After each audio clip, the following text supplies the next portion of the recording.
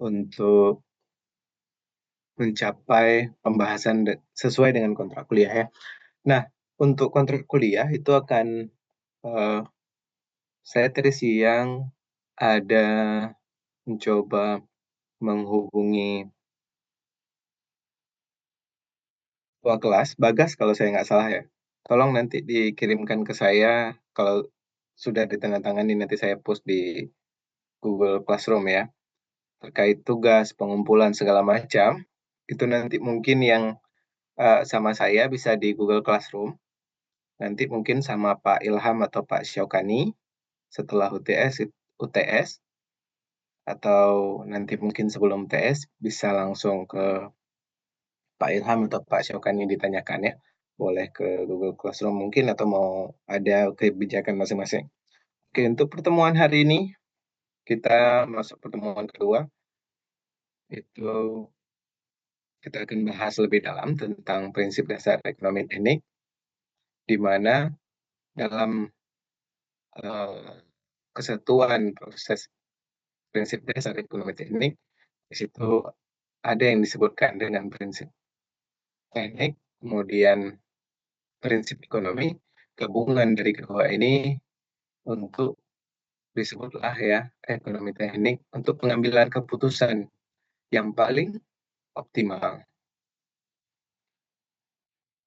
Kemudian semua keputusan yang diambil memiliki alternatif masing-masing. Nah, alternatifnya itu eh, dievaluasi berdasarkan biaya, ya. Contoh misalnya mesin hemat biaya memberikan manfaat yang lebih tinggi dengan biaya lebih rendah. Itu dari eh, alternatif yang dievaluasi terhadap biaya. Kemudian ada lainnya, ya, yang mana disebut dengan manfaat. Manfaatnya salah satunya sudah pasti kinerja ya biasanya atau performa dari sebuah mesin. Di sini evaluasi lainnya diharapkan membawa manfaat kepada performa dari mesin tersebut. Contoh, misal mungkin mesin yang bikin apa, yang kinerjanya tinggi, tapi juga punya biaya tinggi, ya. Kemudian ada resiko, atau yang disebut dengan uh, risk ya, uh, terhadap keputusan yang akan diambil. Nah, ada yang disebutkan dengan biaya rendah tapi manfaatnya terbatas. Ada juga mesin yang mahal tapi mesin tersebut ya berbiaya tinggi atau manfaatnya rendah. Nah, itu disebut dalam uh, assessment atau alternatif yang dievaluasi terhadap resiko. Nah, yang lainnya ada yang disebut dengan umur pakai ya, atau fungsi terhadap fungsi waktu ya, umur pakai.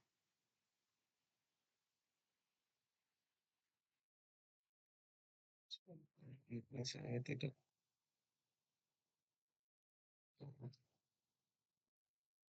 umur sebentar, pen saya nggak nampak di mana. Oke, umur kita biasa sebut juga umur pakai ya, umur pakai. Oke, kemudian hal yang lainnya dari prinsip ekonomi teknik ini, bagaimana cara kita menerapkan prinsip-prinsip ekonomi teknik ini dalam berbagai aspek. Salah satunya ya, membuat alternatif dari berbagai opsi alternatif ya, yaitu mengembangkan berbagai pilihan atau alternatif atau opsi untuk dapat dipertimbangkan, kemudian fokus kepada perbedaan variatif yang mengidentifikasikan ya sebuah perbedaan antara alternatif tersebut, plus minusnya, kemudian gunakan sudut pandang konsisten, memastikan perspektif yang seragam di seluruh analisis dari perspektif alternatif tadi tersebut. Kemudian gunakan satuan ya, satuan yang sama, mempertahankan keseragaman dalam pengukuran teknik biasanya untuk dalam sebuah perbandingan. Kemudian pertimbangkan semua kriteria yang relevan, yang mana mengevaluasi semua faktor-faktor penting tadi tersebut ya, untuk keputusan yang komprehensif, yang menyeluruh.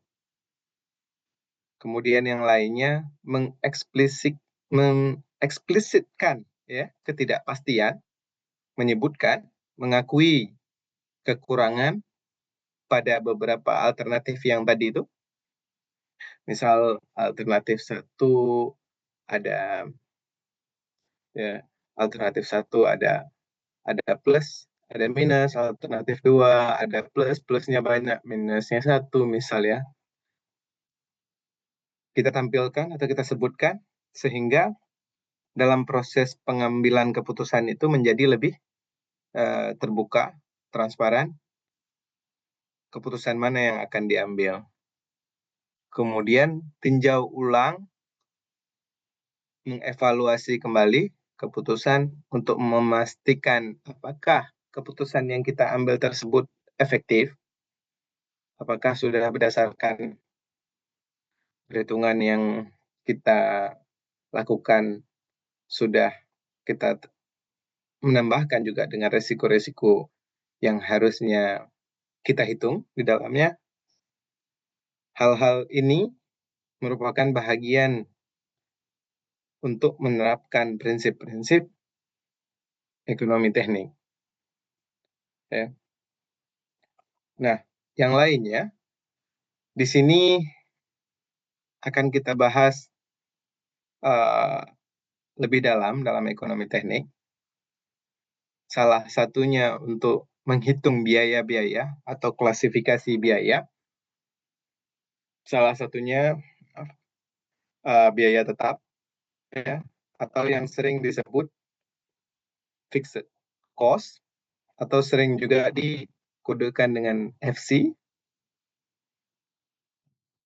bukan FC Barcelona ya, atau FC Manchester United yang semalam dibantai.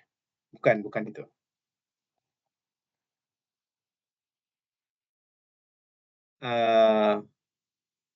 Biaya tersebut ya, biaya fix tersebut. Tadi itu jokes ya, supaya nggak terlalu kaku. Karena saya lihat, saya takut hanya jadi tidur dengar perkuliahan.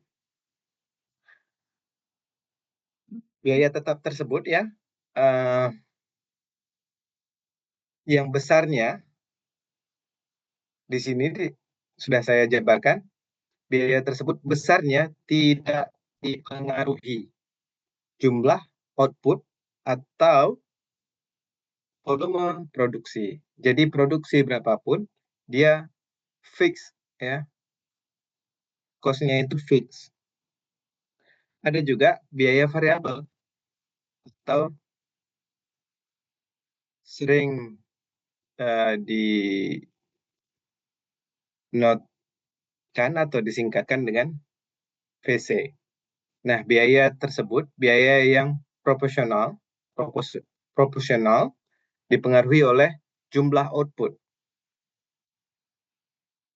Jika kita tekan untuk produksi lebih banyak, otomatis biaya variabel atau VC tadi itu menjadi lebih besar. Contoh misal biaya bahan baku langsung atau tenaga kerja langsung.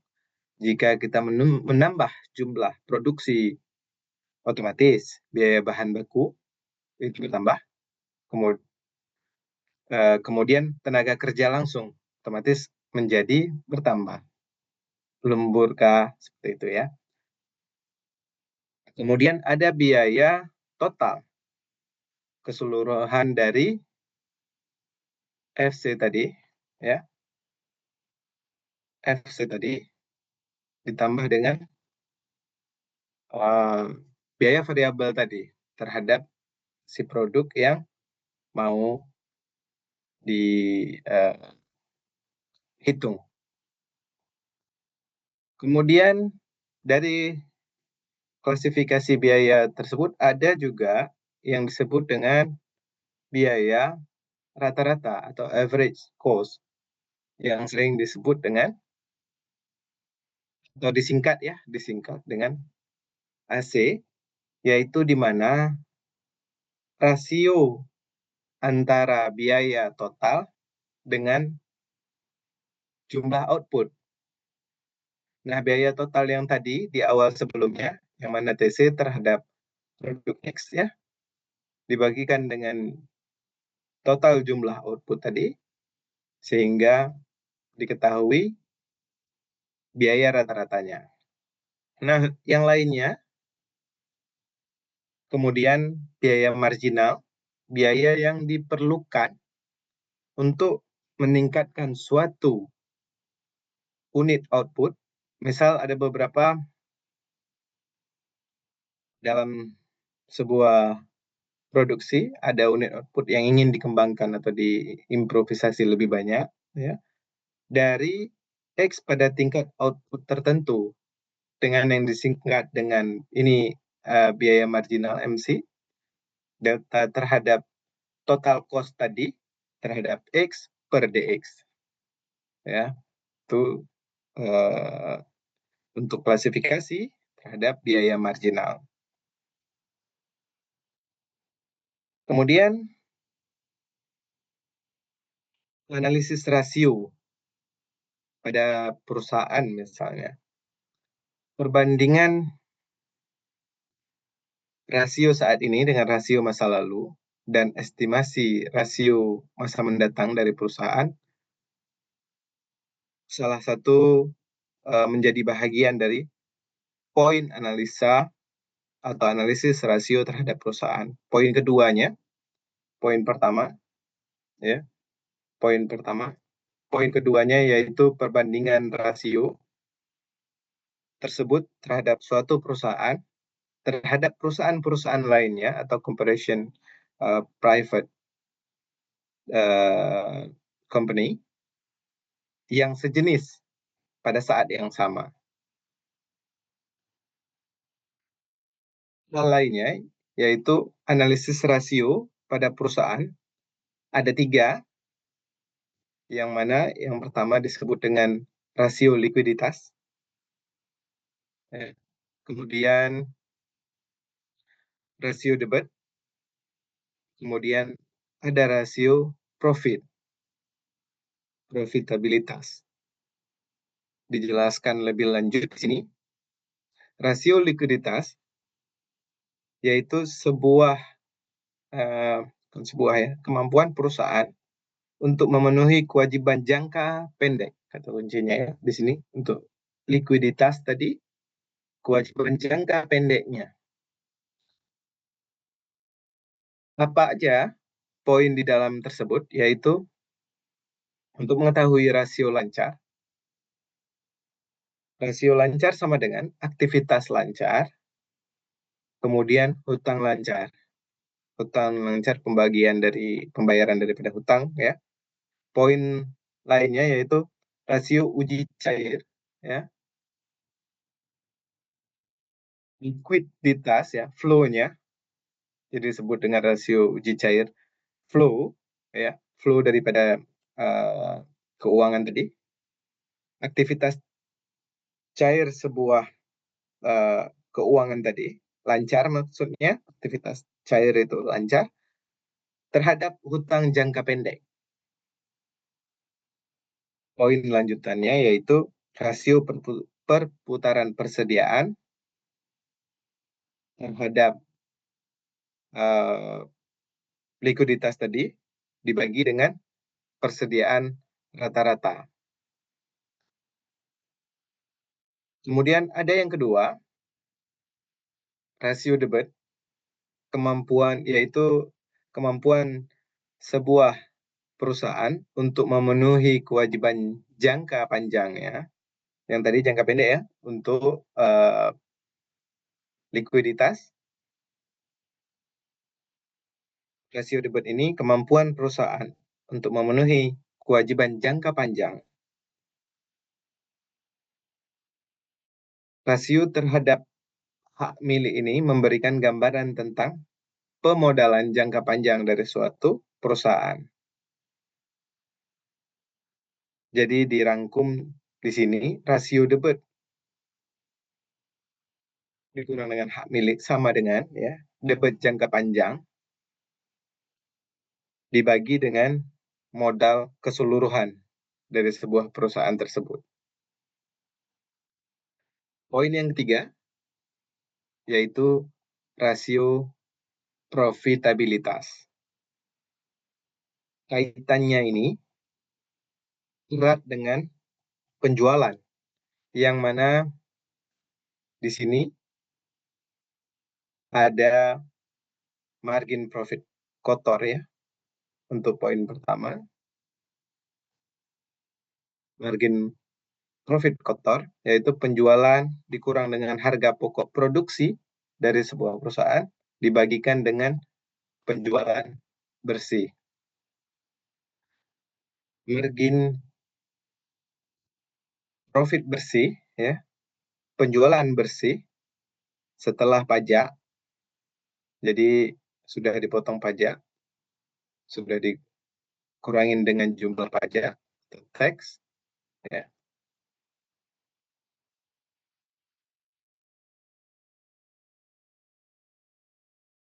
sudah dipotong dengan tax, dibagi dengan penjualan bersih. Nah, yang ketiga yaitu margin operasi atau operasional, pendapatan operasional dikurangi dengan penjualan bersih. Nah, pendapatan operasi ini sama dengan keseluruhan penjualan dikurangi dengan PP tadi, rasio debit, dengan dikurangi dengan administratif, umum, dan penjualan.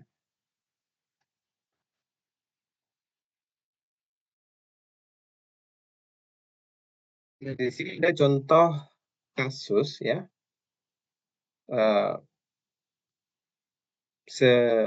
sejenis dengan yang pada pertemuan sebelumnya kita bahas, mana yang lebih menguntungkan dari mendatangkan mesin baru atau memperbaiki mesin yang lama. Nah, di sini contoh kasus lainnya, yaitu manajer, seolah-olah ini ya, manajer bengkel harus memilih mesin bubut yang lama dengan biaya kebaikannya mencapai 20 juta misalnya, ya. Tapi umur sisanya itu dia 3 tahun lagi. Mesin baru, ya. Ini manajer bengkel terhadap, kita katakanlah mesin bubut ya, misal. Harganya lumayan,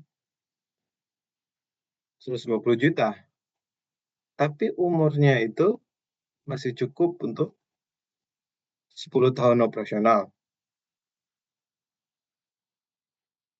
Kira-kira dari dua pilihan ini, kira-kira pilihan mana yang lebih ekonomis?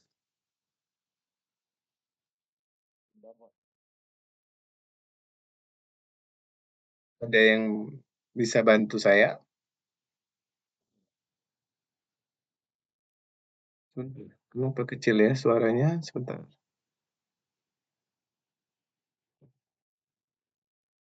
Kenapa sepertinya kecil suaranya ya? Sebentar, sebentar.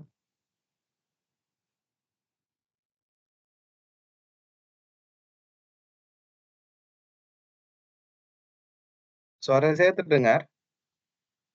Dengar, Pak. Dengar, Pak. Iya. Dengar, Ron. Tadi ada yang mencoba menjawab. 120 juta 10 tahun sih, Pak. Kenapa? Apa alasannya, Pak? Cuman itu tergantung lagi sih, Pak. Jadi tergantung dengan profit perusahaannya juga. Misalnya eh, daripada untuk beli langsung itu berat, jadi kita habiskan dulu yang mesin bubut yang lama, walaupun ada 20 juta tahun 3 tahun seperti itu, berarti itu kan dia produksi, Pak. Nah, itu mungkin ada keuntungan di 3 tahun itu sehingga bisa untuk menambahkan modal ke yang 120 juta ketika yang 20 juta itu 3 tahunnya sudah habis masanya gitu, Pak. Oke, berarti ada opsi kalau artinya kan ada kondisi di situ ya, Betul. kondisional tersebut. Kondisional.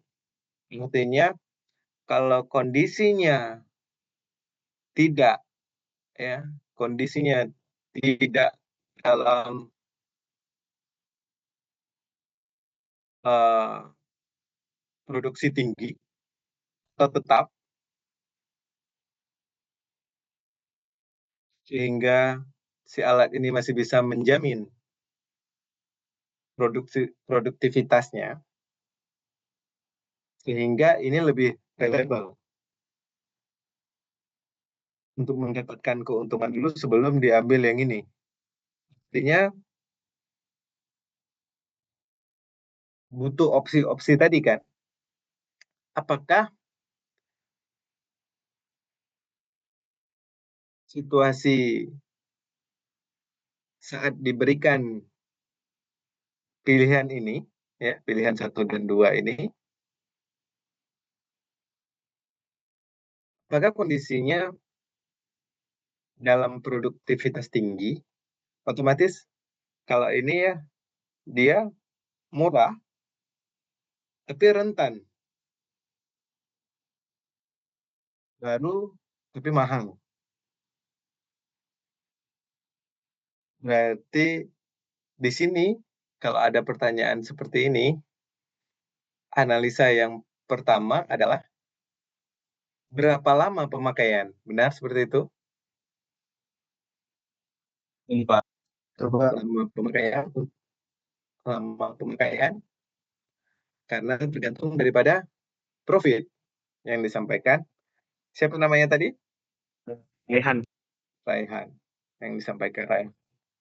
Tapi jika hal tersebut dalam produktivitas yang tinggi, sehingga membutuhkan mesin baru, itu menjadi variabel ya, variabel lanjutan tambahan untuk analisa evaluasi kita untuk alternatif tadi yang kita bahas pertemuan sebelumnya dan yang tadi di awal. Maka sebelum memilih ini, kita harus menganalisa atau mengevaluasi poin-poin tadi itu yang mendukung alternatif. Alternatif A kira-kira ini mau diambil seperti apa situasinya? Apakah dalam produksi yang tinggi atau produksi yang biasa-biasa aja selama 3 tahun? Nah, hal tersebut harus diprediksi kan berdasarkan uh, simulasi atau prediksi terhadap tahunan project. Kan harus dilakukan comprehensive review ya terhadap eee, barang yang sampai atau barang yang diminta terhadap sebuah perusahaan.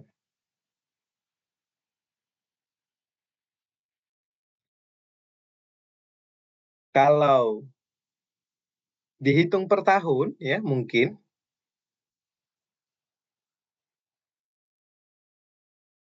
terhadap, eee, di sini kan tadi lama ya, lama pemakaian. Kalau dihitung per tahun, mungkin kalau dengan 2 kasus ini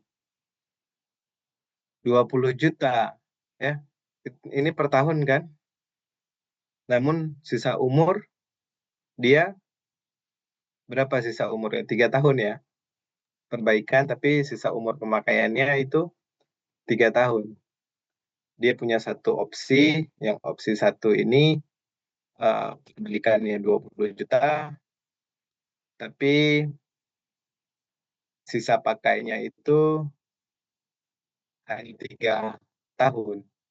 Sedangkan kita beli baru, dia memang mengeluarkan 120 juta, namun pemakaiannya 10 tahun.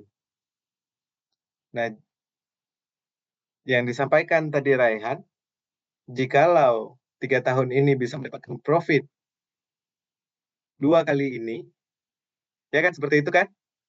Mungkin ini lebih reliable atau lebih sesuai.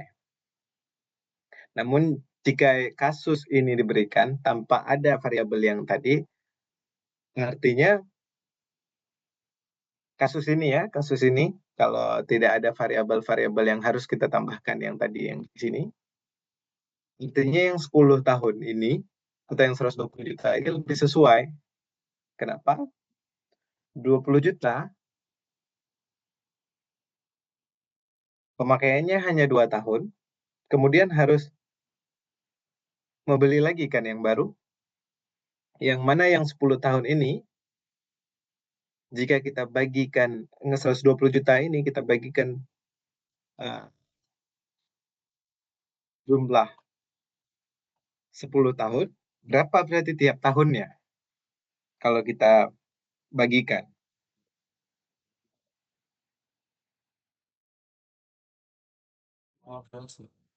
Berarti 12 juta, ya kan? 12 juta.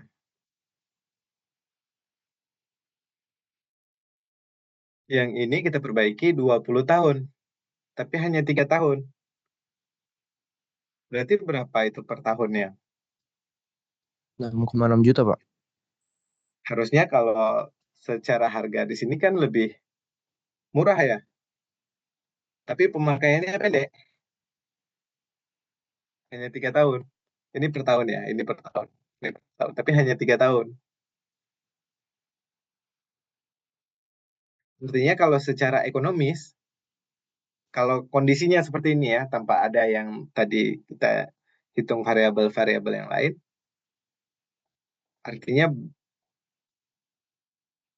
pilihan yang 120 juta itu terlihat mungkin kalau kita bagi per tahun, dia lebih mahal dibanding yang 3 tahun. Tapi umur pakai hanya yang 6 juta ini hanya 3 tahun. Yang kembali lagi, uh, kondisi yang sesaat, mungkin ini jauh lebih murah, lebih ekonomis untuk memperbaiki. Tapi dengan waktu uh, yang singkat, hanya 3 tahun. Tapi jaranglah biasanya untuk produksi yang besar, hanya perbaikan hanya 3 tahun itu jarang biasanya. Ini contoh aja. Tapi kalau kondisi uh, lebih kompleks, mungkin si yang 120 juta itu tadi lebih ekonomis untuk jangka yang lebih panjang dengan produksi yang lebih tinggi daripada yang. Oh, satu lagi di sini ada kata kunci juga.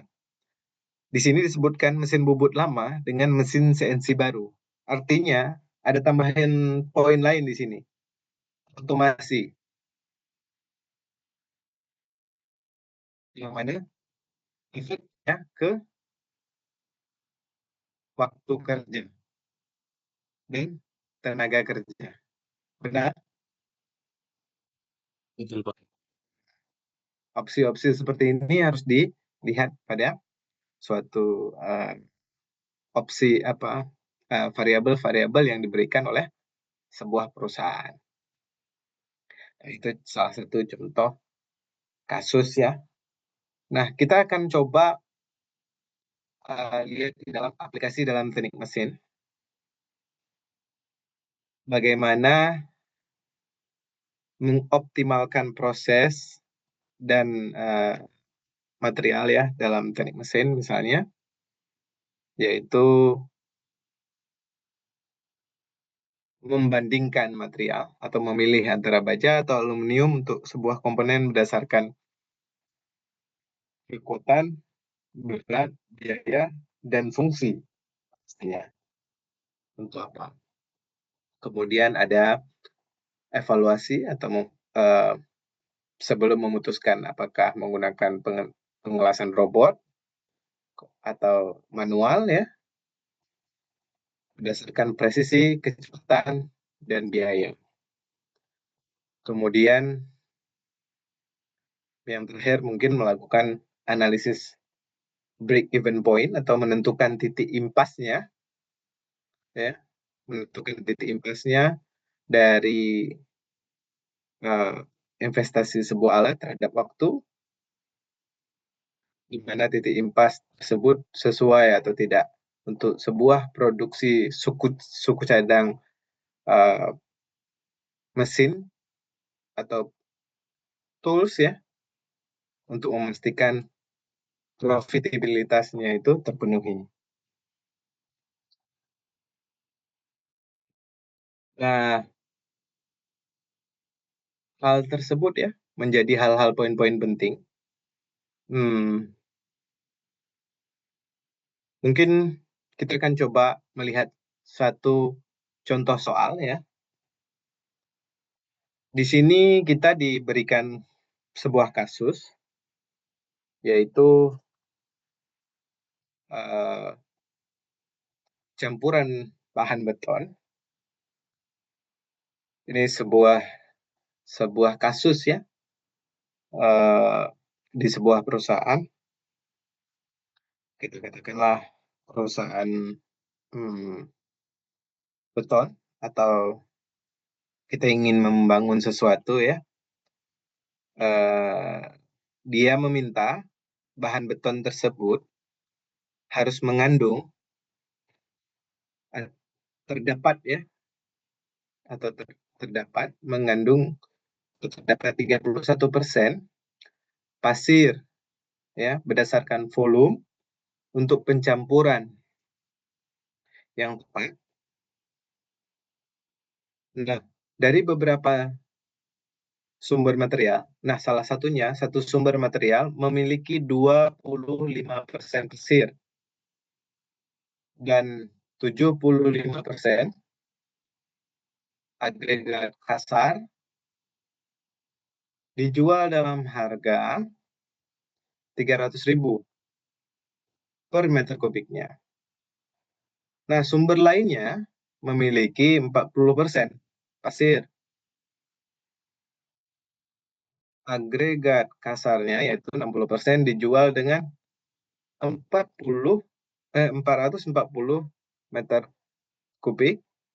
Ditanyakan tentukan biaya paling rendah per meter kubik dari campuran tersebut. Nah, di sini kita akan coba mengelaborasi pertanyaan tadi itu ya. Saya coba tulis di sini.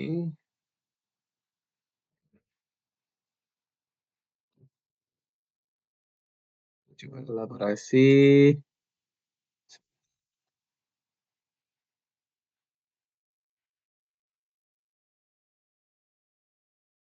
Oke, contoh soal 1.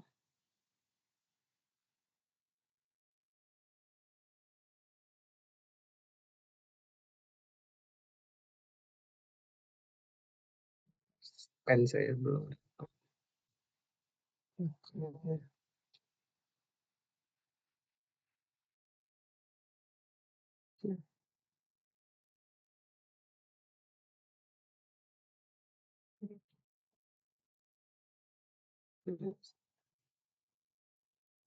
Oke, contoh soal tadi ya.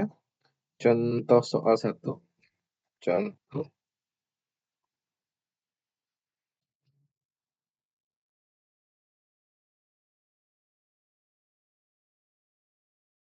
Apakah nampak di layarnya ini? Sebentar, sepertinya pen saya,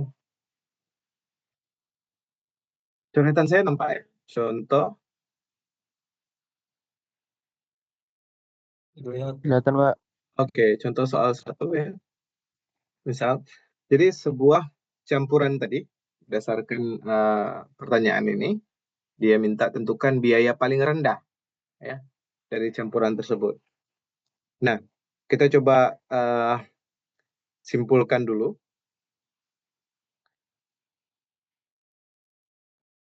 Material satu, ya, material satu memiliki 25%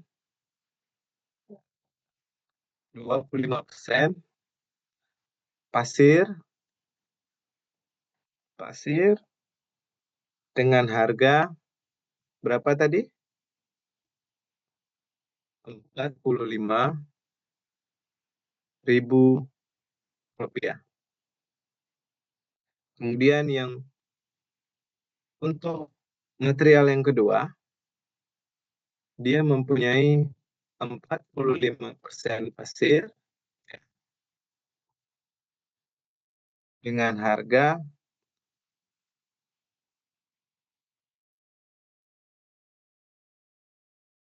300.000 ya. Kurang 0 ya. 300.000 dan 440. 440. Oke. Yang satunya 600. Ya, firma. Kecil suaranya?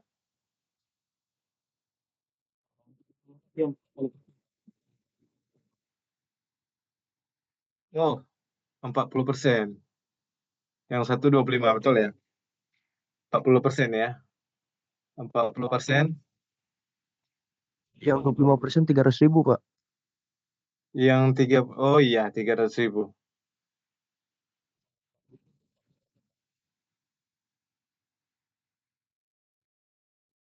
Oh iya, terbalik ya. Yang ini 40, 440 sama 300. Oke.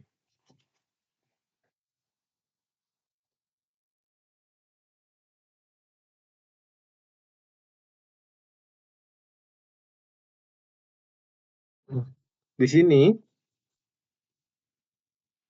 300 sama 440 ya. Nah, di sini kan setelah kita klasifikasikan, kita misalkan dengan persamaan matematika. Kita misalkan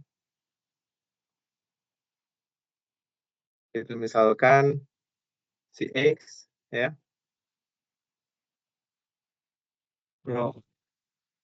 porsi dari material A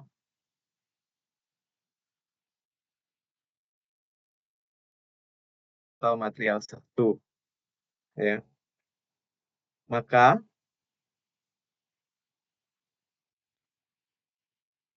satu kurang X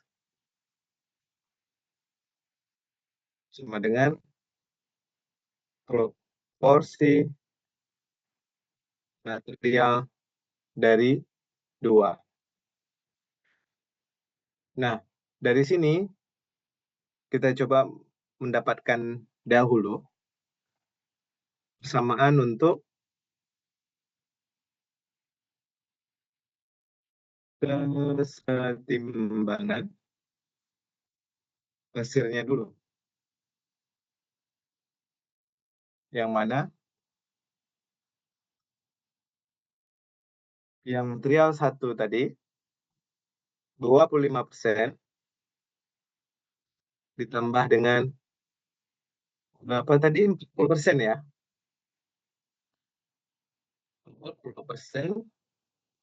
Kemudian kita masukkan yang persamaan matematika tadi, 1 kurang X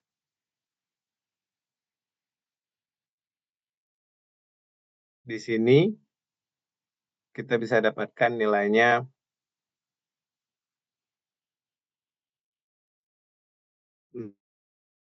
0,31.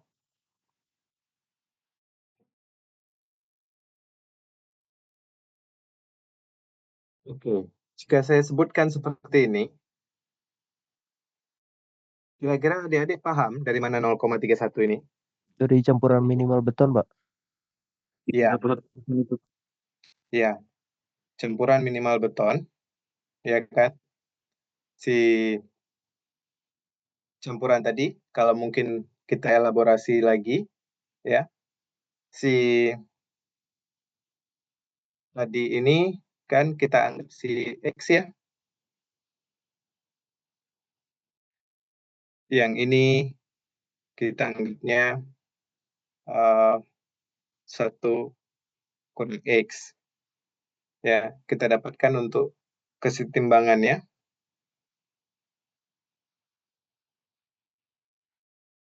Yang ini X ya 0,25 25% tadi kita tambahkan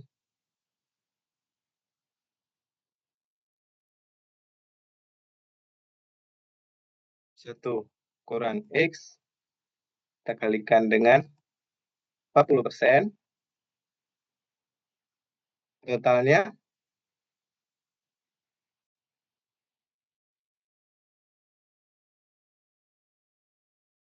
ini jadi 0,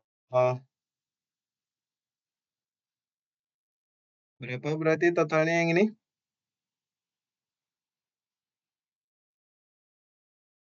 Oke, seperti ini ya. 0,25 X plus 0,40 ya dikurang dengan 0. Kan si 1X tadi ya 0,40 X totalnya jadi 0,31.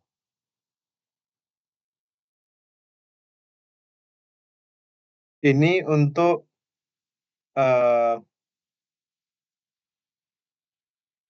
kesetimbangan awal kita dapatkan untuk nilai X-nya. Nah, di sini baru kita masukkan nilai X ya terhadap campuran-campuran tadi untuk kita dapatkan nilai X-nya dulu.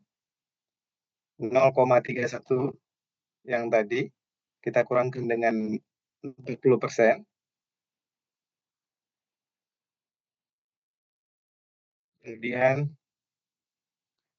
0,25% maksud saya 25% tadi dikurangkan dengan 10%-nya ya. Maka di sini didapat ini berapa nilai totalnya? Minus Minus 0,09. 0,9. Yang bawahnya jadi minus 0,5. Oke, totalnya berarti jadi dibagi jadi berapa? 0,15 ini ya. Totalnya jadinya X-nya 0,6 Pak. 0,6. Maka kita dapatkan nilai X sehingga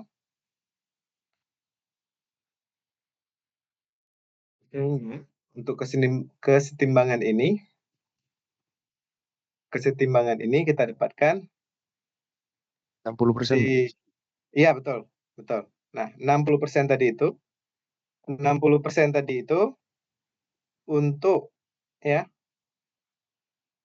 si X ini tadi, maka itu untuk si yang pertama tadi ya 60%-nya ini kita masukkan untuk yang 25 tadi kan. Nah, ini untuk 60% campurannya ya. 60%-nya itu dari 300.000 yang tadi material si A ya, atau material yang pertama, yang satu, yang kedua berarti kan sisanya 40% yang dari 440.000 dari material yang kedua. Sehingga kesimpulan yang terakhir, sehingga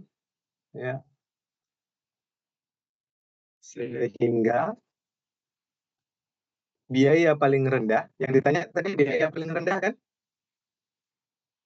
Iya. Biaya paling rendah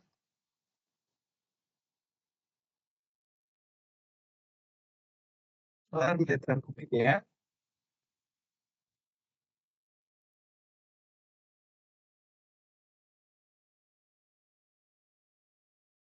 terhadap campurannya adalah 60% tadi ya. 60% tadi 300.000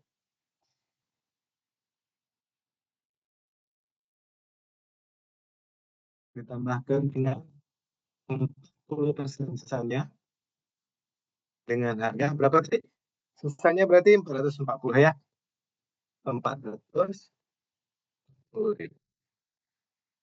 Maka biaya paling rendah per meter kubiknya didapat berapa ini kira-kira totalnya?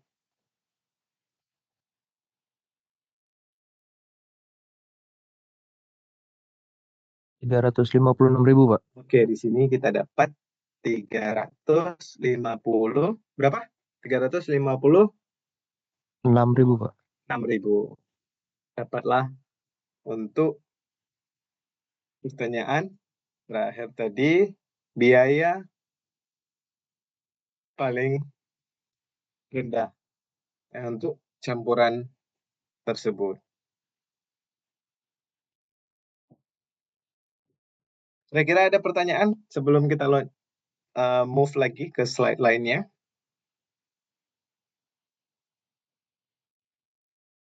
Masih ada nih satu contoh soal lagi kita bahas. Kita sampai jam berapa ya?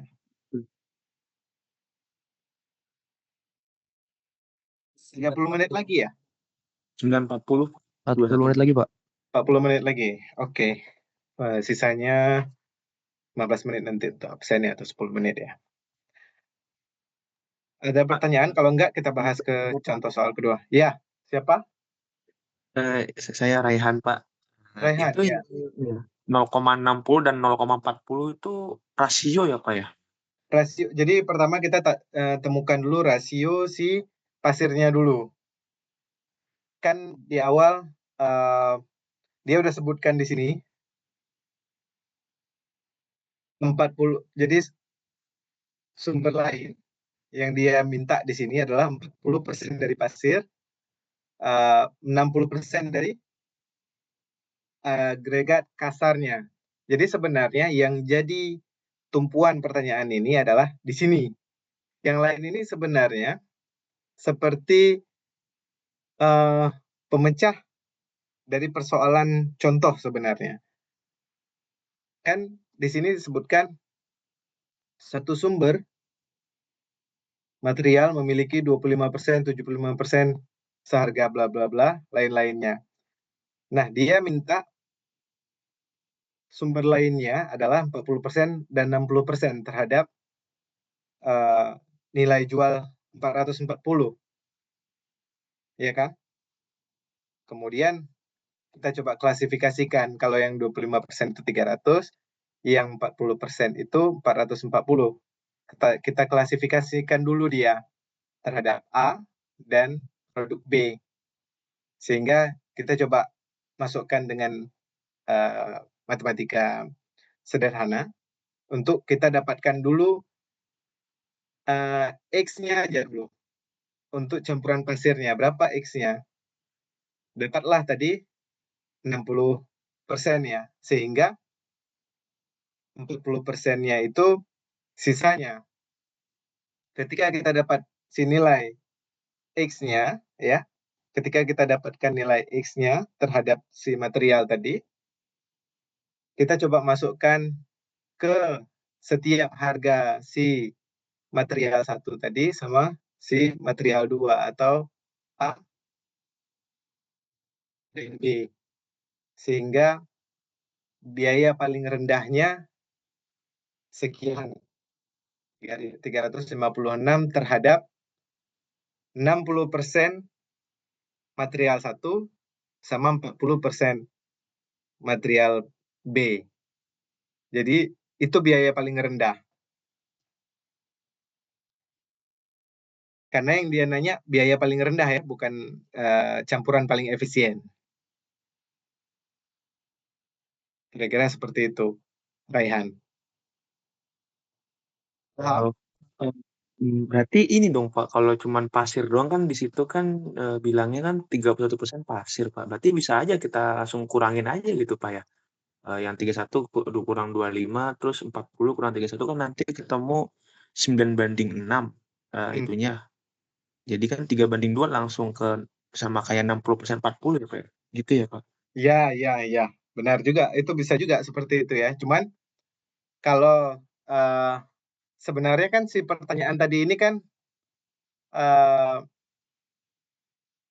inti pertanyaannya itu kan di belakang ya. Yang di depan itu dia meminta setidaknya 31% campuran yang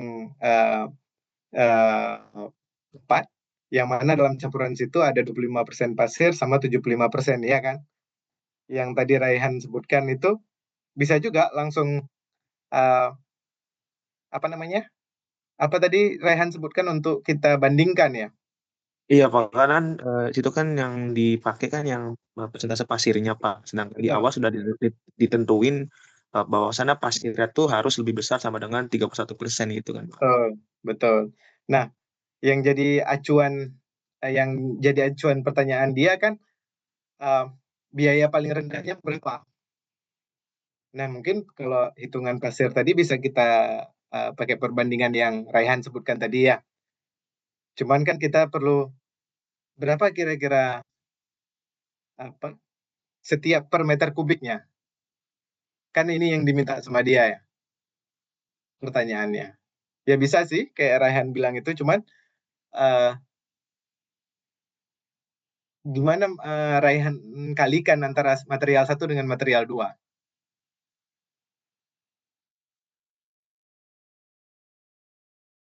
Maksudnya Pak, Perbandingan tadi itu kan, kalau jumlah pasirnya kita bisa tahu lah, kan? Cuman mungkin untuk perkalian dengan jumlah dengan setiap campuran pasir ya. Pasir 1 dengan pasir 2 untuk mendapatkan campuran yang 60-40 ini berapa sih totalnya gitu. oh itu kalau sebenarnya itu Pak tergantung yang tadi rasio awalnya Pak. Misalnya kan Betul. 31 dikurang 25. Nah 25 itu kan milik di 300.000 Pak. Ya 300.000. Terus yang 40 kurang 31 itu kan milik si 440.000 Pak. Jadi 9:6 itu kan 9-nya itu yang 300.000 lalu ya 10 dikurang 31 dikurang 25 itu kan 6. Nah, itu sih punya 300.000. Nah, terus yang 41 10 dikurang 31 itu yang 9 punyanya SIM 40. Jadi di situ saya pakai yang 25 itu kan 300.000, jadi 0,6 dikali 300.000 gitu aja sih Pak logika Bisa, sederhana. bisa. Ya memang sebenarnya kalau yang ditujukan kan untuk langsung dapat kayak Raihan bilang ini kan pembagian sederhananya aja kan. Kalau ini kan jika pertanyaannya mungkin lebih kompleks, misal ada penambahan terhadap 3 campuran kah misal, atau ini kan masih 2 campuran ya, material 300.000 ya, kemudian ada 400.000. Dalam tiap campuran beton itu sebenarnya kan bukan hanya ini ya. Pernah dengar mungkin kalau AMP atau aspal mixing proses itu kan ada ada campuran, bukan campuran ya, sebenarnya mereka sering sebut tuh galian A, B, C, malah campurannya lebih daripada itu. Untuk contoh kasus misal untuk aspal mixing proses ya, AMP. Nah itu kan campurannya lebih kompleks ya. Mungkin ketika udah lebih kompleks itu agak lebih sulit untuk kita menjabarkan satu persatu. Mungkin itu Raihan. Terlalu banyak ya komponennya Iya, gitu ya.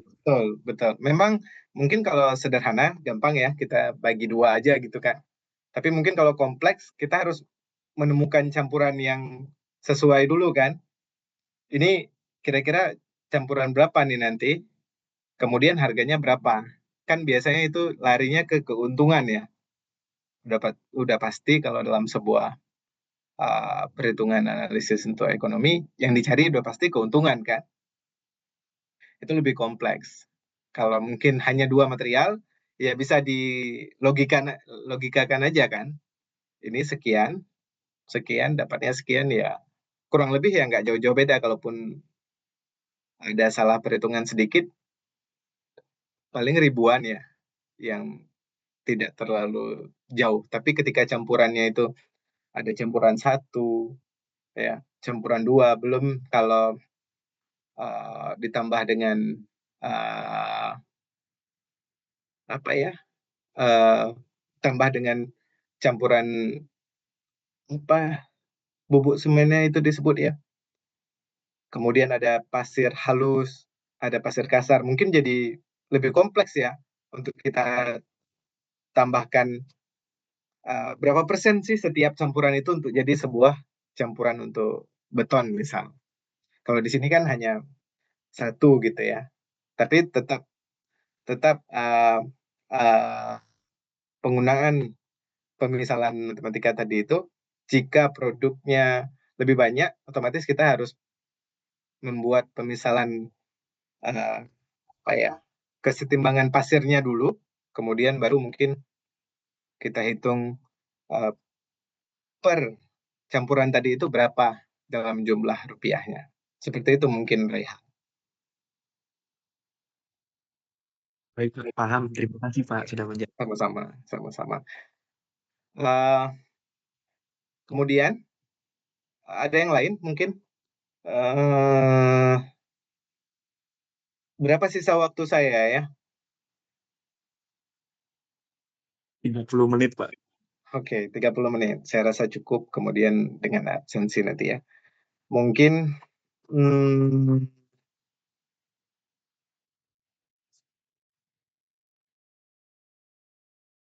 saya coba percepat ya. Yang untuk contoh soal kedua. Jadi contoh soal kedua ini, misal di dalam desain gudang untuk penyimpanan dingin atau kita sebut cold storage warehouse, biasanya untuk simpan-simpan, kita katakanlah simpan makanan beku kan atau sejenisnya, mempunyai spesifikasinya ya, membutuhkan perpindahan panas di sini disebut dari contoh soalnya maksimum melalui si dinding, ya. Jadi seolah-olah ada sebuah cold storage gitu untuk penyimpanan makanan beku gitu ya. Ada sebuah dinding, ya. Ada sebuah dinding.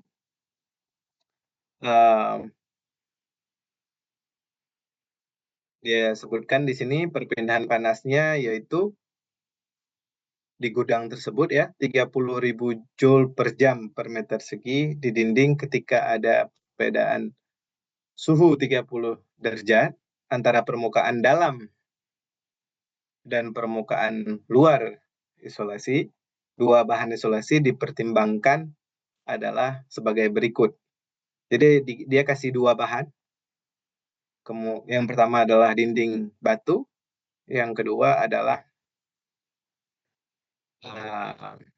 dinding isolasi berbusa dengan biayanya Rp1.250.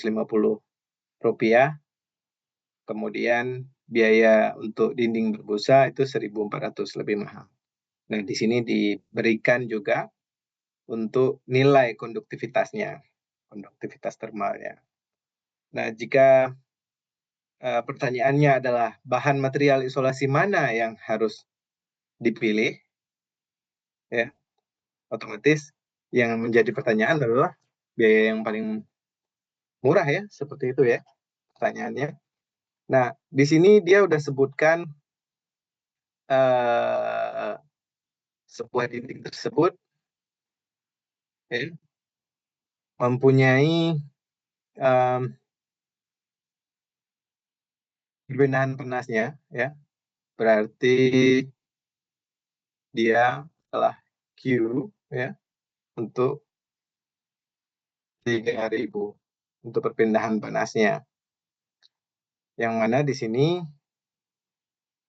untuk kita hitung ya, ini MK perpindahan panas ya kalau saya nggak salah.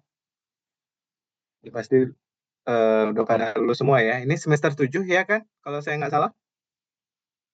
Iya Pak, Iya, Pak. betul. Oke, udah tahu lah untuk rumus ini ya. Q, kemudian K, delta. So, iris.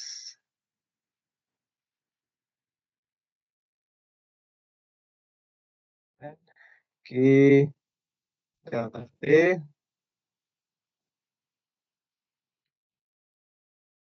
terhadap luas penampung. Maka di sini yang sudah diketahui adalah si Q-nya ya.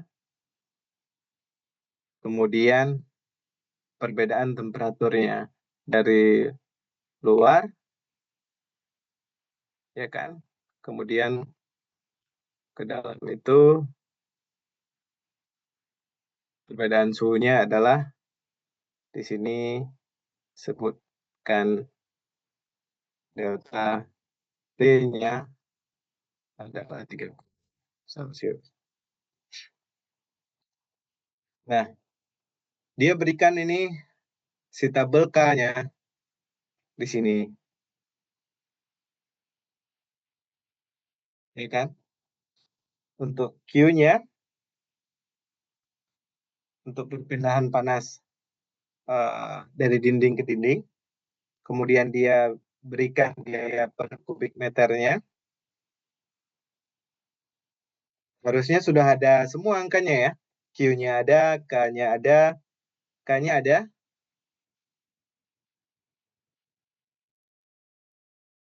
Kemudian kalau kita cek di sini, yang belum ada adalah ketebalannya. Benar? Nah, dari sini kita mulai. Yang pertama, kita harus pikirkan dulu solusi menghitung ketebalannya dulu. Oke. Jadi ketebalan dari setiap si dinding tadi, ada dinding batu sama dinding apa tadi? Kapas? Iya, berbusa. Busa, dinding busa itu ada dua, busa dan beton. Kemudian masalahnya di sini salah satu si penyediaan output atau fix outputnya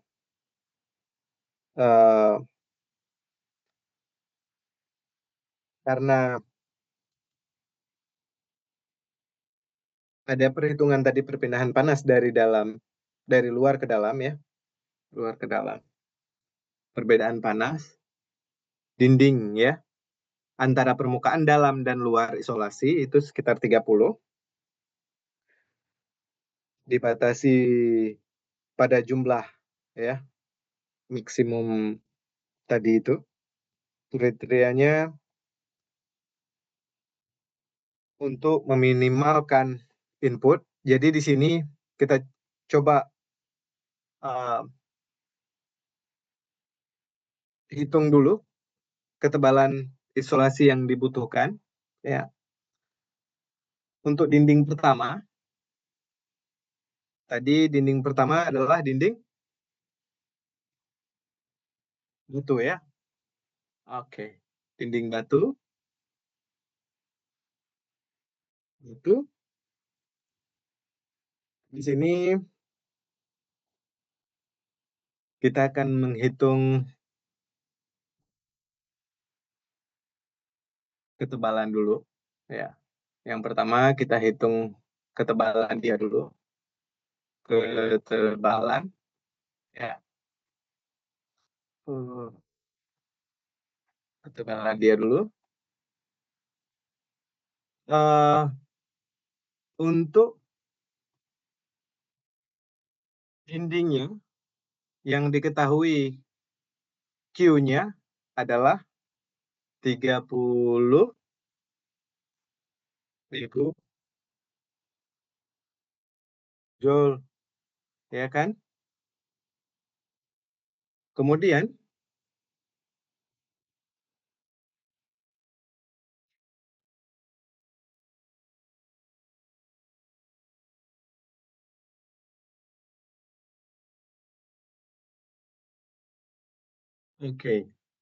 kemudian untuk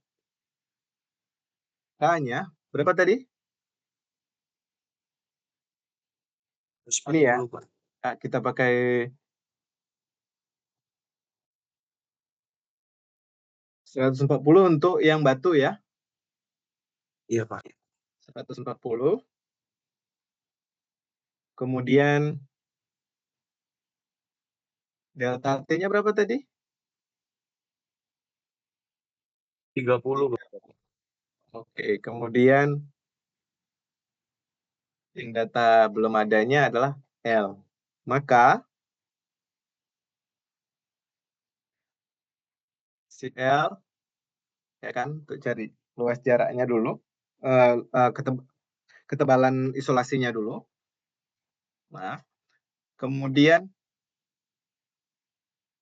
berapa didapatkan dari nilai 140 kali 30 ini? Berapa? 4.200. Oke, di sini 4.200 kita bagikan dengan 35.000 tadi. Jarak yang kita dapat berapa? Tebal yang kita dapat, bukan jarak. Suaranya kecil, berapa? 0,14. Oke, 0,14. Kemudian untuk yang dinding berbusa tadi, busa ya, menggunakan equation yang sama. Nilai K-nya berapa tadi? Disebut di sini. Untuk busa, ini untuk batu tadi, ini untuk busa.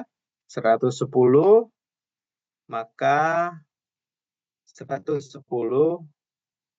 dikalikan dengan delta T tadi, 30, maka didapatlah berapa?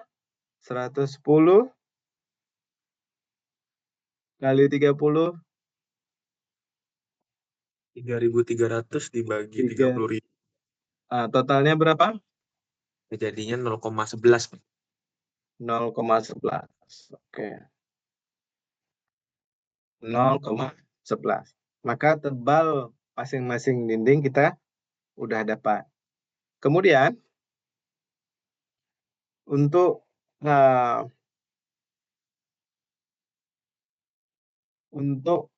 tahap selanjutnya, yaitu kita mencari biaya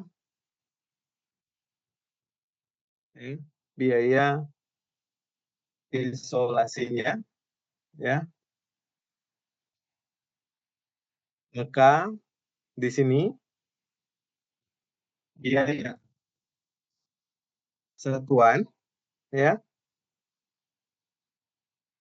yaitu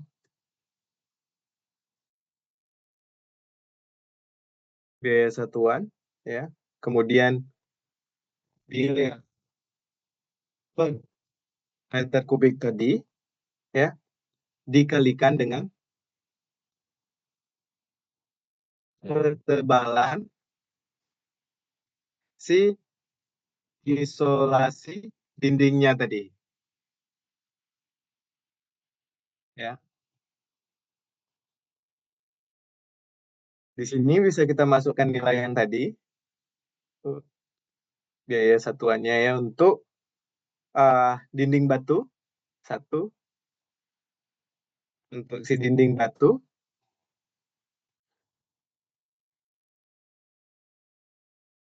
biaya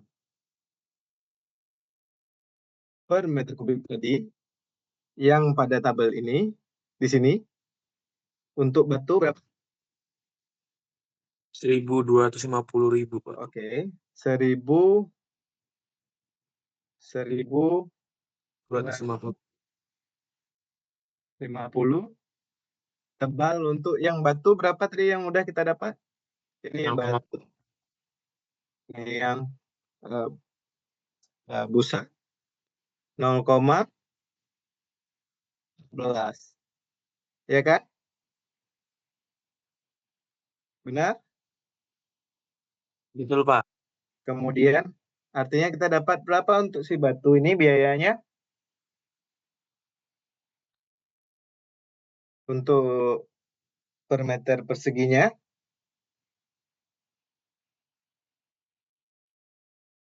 175. berarti kita dapat 175 meter persegi. Kemudian untuk yang kasus kedua adalah untuk si dinding busa. Nilai biaya per meter kubiknya berapa? Rp1.400. Oke, 1.400. 1.400 dikalikan. Berapa kita dapat tadi? 0,11, Pak. Oke, jaraknya. Tebalnya yaitu 0,11. Berapa berarti yang kita dapatkan? 145. 154. 154. Ini. Yes, kemudian 154, ya, per kubik. Nah, dari sini kita udah tahu mana yang paling murah untuk opsi-opsi yang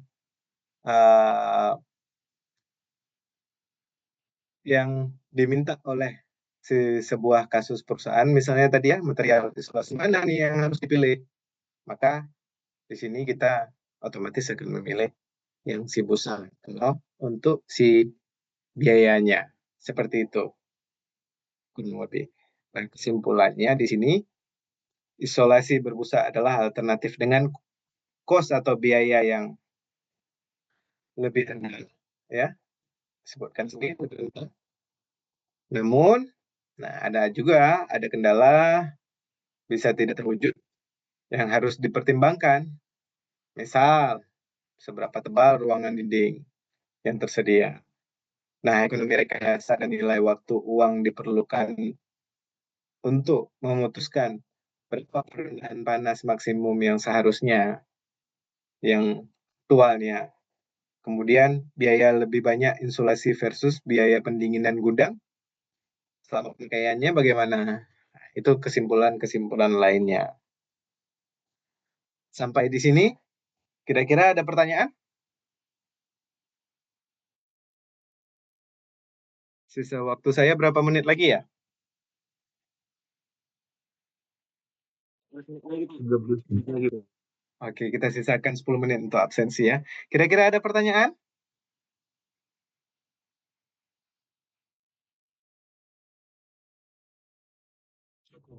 Cukup ya. Nah, saya lanjutkan sampai kesimpulan ya, supaya kita bisa absensi setelah ini. Dari ini semua, ada yang harus kita catatkan bahwa 9 langkah keputusan ekonomi dalam ekonomi teknik. Yang pertama, kenali masalahnya. Yang kedua, tentukan tujuannya. Tujuan dari keputusan ekonomi yang akan kita ambil. Kemudian, kumpulkan data yang paling relevan yang berkenaan dengan hitungan ekonomi atau analisa atau sebuah hitungan siklus dari ekonomi yang ingin kita hitung. Kemudian tentukan alternatif yang paling layak. Pilih kriteria pemilihan. Kemudian bangun model matematikanya atau matematis. Prediksi hasil tiap alternatif. Kemudian pilih alternatif terbaik sesuai dengan si tujuan awal tadi. Berkenaan. Kemudian audit hasil atau review kembali.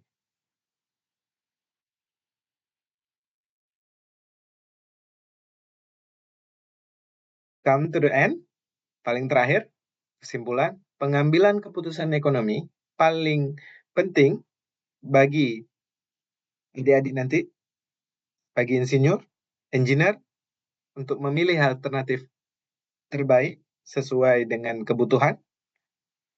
Proses sistematis, 9 langkah tadi, mulai dari identifikasi masalah hingga review audit hasil.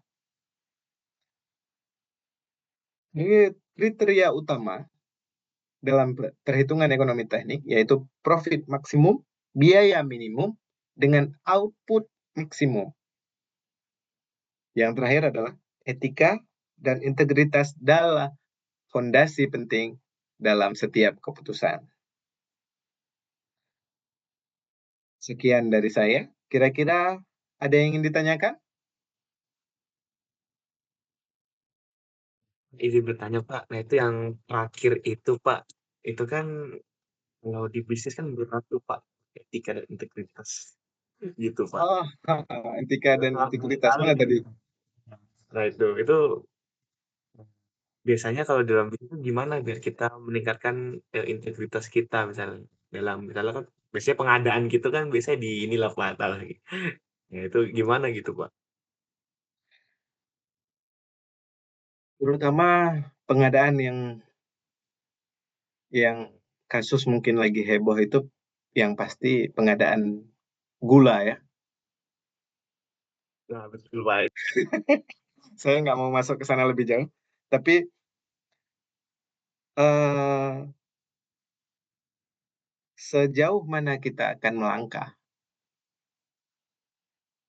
jika kita berpegang pada kebenaran, apalagi seorang insinyur ya, seorang engineer keteknikan, mungkin peneliti baik saya atau adik-adik mahasiswa yang sudah menyandang nanti di semester akhir, menyandang sarjana, kita boleh salah, tapi kita nggak boleh bohong. Misal, ini saya nggak mengatakan yang orang lain ya, atau pada diri saya aja, supaya tidak menyentuhkan hal yang lain, apalagi terkait pengadaan gula tadi segala macam. Itu kan terlalu politik. Saya misalnya seorang dosen, ada hal yang nggak saya pahami misalnya. Saya akan menyampaikan saya tidak paham, beri waktu saya untuk mempelajarinya, dan kita akan diskusikan lebih lanjut. Itu sebuah etika dan integritas. Itu salah satunya. Itu menjadi fondasi penting dalam setiap keputusan saya dalam mengajar. Nah, itu salah satu contoh misal. Kalau adik-adik mungkin di perusahaan yang adik tanyakan tadi soal barang dan jasa, ya barang dan jasa itu fakta yang paling valid adalah hitungan ekonomi, benar tidak? Dan Itu itu Pak. nggak bisa diganggu gugat ya, kecuali kita manipulasi. Nah, makanya di dalam riset, saya juga sekarang sedang menempuh S3. Hal pertama ketika saya belajar menempuh kuliah itu bukan tentang dasar hitungan segala macam, etika dan integritas dulu. Karena sebelum diberikan kita akses lebih lanjut, kita diujiankan dulu terhadap etika itu, etika dan integritas. Tahu batasan bahwa barang ini boleh dipakai, tapi harus melalui ujian-ujiannya dulu, sehingga kita memahami apa yang uh, di uh, apa yang di dalam peraturan etik tersebut boleh atau tidak. Seperti itu mungkin ya. Kalau di barang dan jasa pertanyaan siapa tadi? Siapa? Raihan Pak. Raihana. Barang dan jasa itu terkait uh, yang pasti terkait keuntungan ekonomi ya. Iya Pak. Oke. Soalnya kan kita sebagai engineer nih sedang hitung susah payah gitu kan Pak. Termasuk ekonomi teknik ini keuangannya gimana untuk suatu barang atau alat gitu Pak. Tapi ujung-ujungnya bakal kalah sama orang politik gitu Pak. Bagian teoritisnya dan kita yang sebagai tanda tangannya gitu Pak. Nah itu yang nggak enaknya gitu Pak. Iya, yang pasti uh, mungkin jika kita dihadapkan dengan orang politisi, yang kita seorang engineer, ada yang mereka nggak punya, yaitu perhitungan matematis ya. Iya Pak itu. Heeh. Dengan matematik kita berpegang teguh di situ. Uh, Analisa kita sebagai keteknikan tidak bisa kita bisa salah mungkin, tapi tidak bisa memanipulasi data yang pasti, apalagi untuk tujuan yang uh, ke arah yang tidak benar. Analisa-analisa ekonomi tadi itu yang pasti, jikapun kita mencoba memanipulasi, suatu saat itu akan kembali ke kita. Karena kenapa? Hitungan baku ini kan semua orang juga bisa menghitung ya. Jadi jika kita melanggar etika tadi itu atau integritas, pasti suatu saat barang yang kita langgar itu akan kembali ke kita.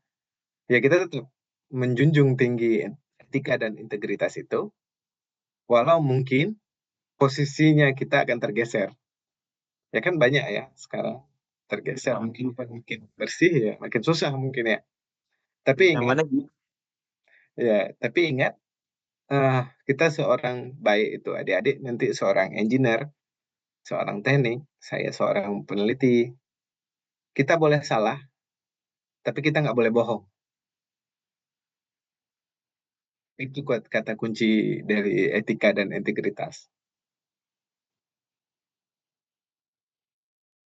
Itu mungkin jawaban saya, Raihan. Saya nggak bisa menjawab terlalu jauh terkait hal tersebut.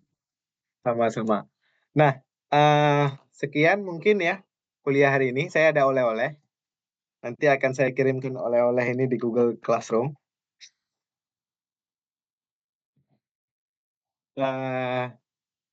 Tugasnya, bukan tugas ini ya, oleh-oleh tadi saya bilangnya ya. Mungkin tulisannya nggak sesuai kalau saya tulis tugas. Lebih tepatnya mungkin oleh-oleh ya. Oleh-oleh ini saya bahas adalah apa yang saya kasih adalah apa yang kita bahas tadi. Bedanya, ini saya ubah jadi X. X itu merupakan NIM paling belakang dari adik-adik. Jika NIM-nya adalah paling belakang 0, maka jadi 1. Cukup jelas? Jelas, Pak. Oke, baik. PPT ini akan saya kirimkan di grup. Acuan kita boleh PPT ataupun buku yang saya tampilkan tadi. Karena apa yang saya ambil juga di dalam buku dan beberapa referensi saya selain yang daripada buku. Itu mungkin yang bisa saya sampaikan. Saya coba stop share screen. Saya coba absen dulu ya. Waktu saya sudah habis. 2 menit lagi sih, Pak. Berapa? 3 menit lagi, Pak. Oke, 3 menit lagi. Kita absen sebentar. Cepat aja ya. Tolong didengar ya. Recording stopped. Oke. Ternyata ramai yang belum masuk ya.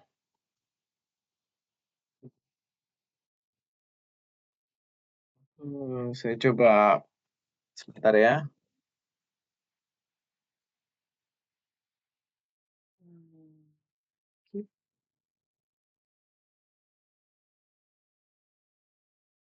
Baik.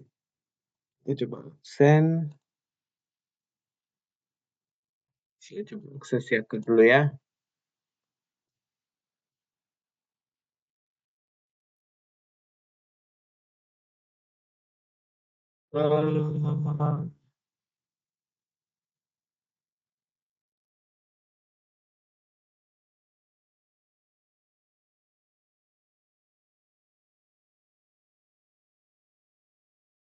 Bagas.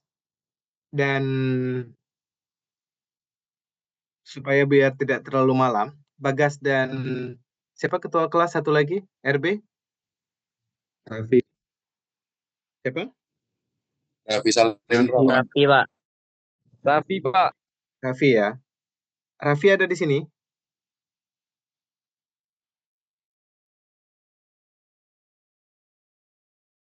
Halo Raffi. Izin, Pak. Ya. Raffi dan Bagas, supaya tidak terlalu malam, tolong bantu saya rekap absennya. Saya lihat di sini ada 96. Dikurang saya berarti 95. Artinya tidak boleh lebih dari 95 direkap dalam satu Excel. Boleh?